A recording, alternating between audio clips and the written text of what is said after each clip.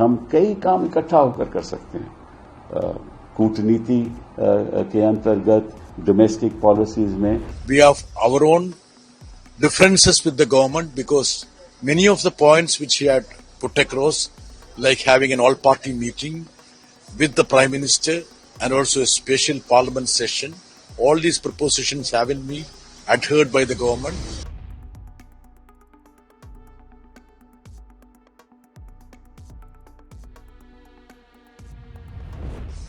We are happy to represent India abroad.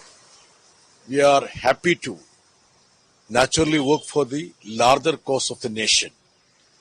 We want to convince other nations also the issues that India confronts in the form of terrorism from across the border. Though we are participating in this all-party delegation, which visit different locations, we have our own differences with the government because many of the points which he had put across, like having an all-party meeting with the Prime Minister and also a special parliament session, all these propositions haven't been adhered by the government. We also hope that since the government is roping in opposition and the opposition has been steadfastly supporting the initiatives of the government, they will also heed to the wiser counsel of the opposition parties. There are two facets to these issues. The Congress grouse is that they were not consulted before their nominees were decided by the government. I feel that in a parliamentary democracy based on multi-party system, it would have been desirable if the government would have consulted the respective political parties before deciding on their nominees. Having said that, I can vouch for the capability and also the erudition and domain expertise of Shashi Tharoor to represent our country abroad, because he is the MEA Standing Committee Chairman also. So I am taking this issue, responding to this issue on the basis of these 2 points. तो बहुत ज़रूरी है कि हम जहाँ कहीं भी government हमको भिजा रही है, क्योंकि ये गवर्नमेंट ऑफ इंडिया की तरफ से है, इसमें तो कोई पार्टी एफिलिएशन नहीं होगा, न रहना चाहिए।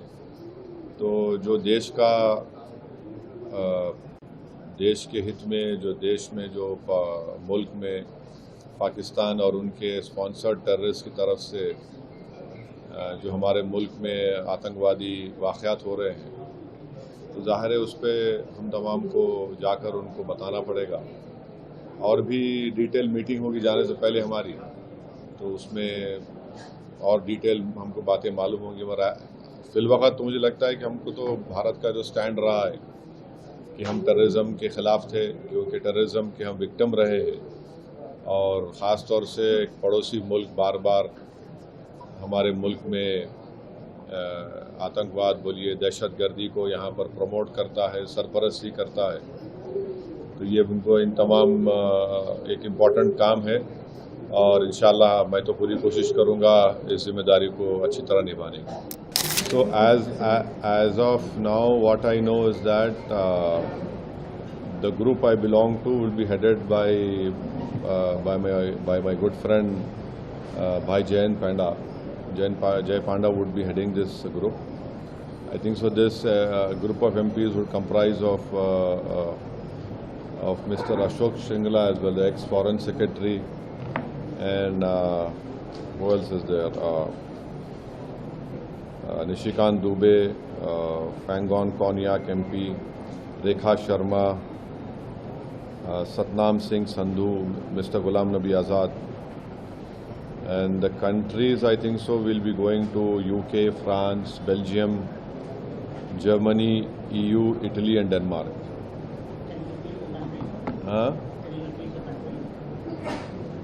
think it is UK, France, Germany, Belgium, Italy, Denmark and EU, European Union. Foreign countries में ऑपरेशन सिंदूर को समझाने के लिए कैसे देखते हैं सर? नहीं, ठीक है ना। ये जहाँ तक मुझे याद है, इससे पहले भी शायद पार्लियामेंट के हमले के बाद अटल बिहारी वाजपेयी साहब की हुकूमत में इसी तरह जब वो ऑपरेशन परिक्रमा रखा गया था, उस दौरान भी कुछ पार्लियामेंट्री डेलीगेशंस जो हैं वो कई मुल्कों में भेजे गए थे। तो आज भी बाकी जो अहम मुल्क हैं, इम्पोर्टेंट कंट्रीज़ हैं, उन्हें अपने मुल्क की यहाँ हिंदुस्तान की जो बात है, हमारा जो मौक़िफ़ है, वो उनके सामने रखने का एक अच्छा मौका है।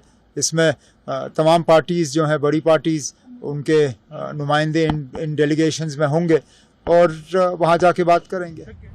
हमने पत्र लिखकर उनको पूरा समर्थन दिया है इसको कि हम भी, हमारे सांसद ज़रूर जाएंगे साथ में। हमने अपने कुछ नाम भी भेजे थे। ये एक मुहिम ऐसी है जो पूरी राष्ट्र की मुहिम है, किसी एक पार्टी या किसी सरकार की नहीं है, देश की मुहिम।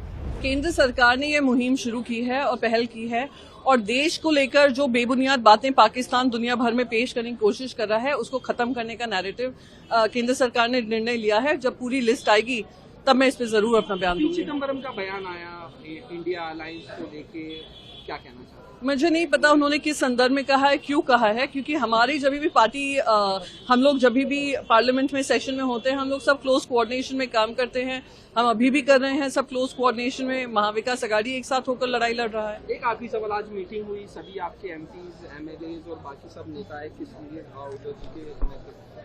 देखिए, ये तो हमारी लगातार मीटिंग्स होती रहती हैं, कभी मातोश्री में होती हैं, कभी शिवसेना भवन में होती है। आज बस यही था कि चलिए, इंडिया पाकिस्तान का वो तकलीफ तो चल ही रही है, पर महाराष्ट्र में जो जनता की तकलीफ है उस पे हम सबको ध्यान देना है। जैसे पानी की समस्या हो, लाड़की बहन को लेकर समस्या हो, किसानों की समस्या हो, इतनी गर्मी बढ़ती जा रही है और आप देख रहे हैं किस तरीके से सारी जो ट्रीज हैं उसको काटने का काम हो।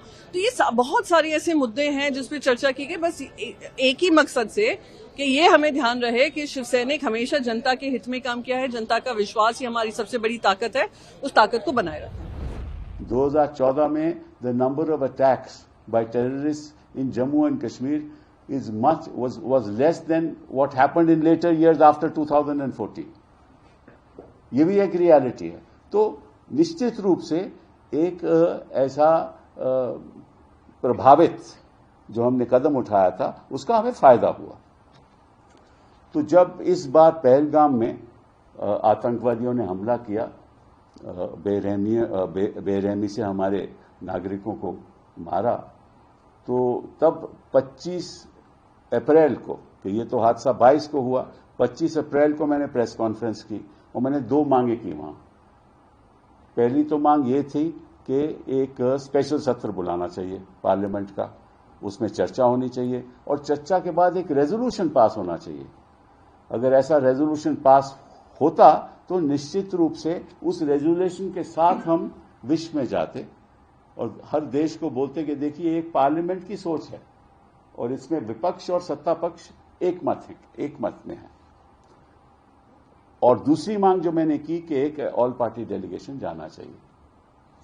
ये बात मैंने 25 अप्रैल को की, फिर मैंने इसको दोहराया 27 अप्रैल की प्रेस कॉन्फ्रेंस को, और फिर 10 मई में जब सीज फायर हुआ तो मैंने सीज फायर के बाद जो प्रेस कॉन्फ्रेंस की, तभी भी मैंने ये बात रखी और स्पेशल सेशन की भी बात रखी।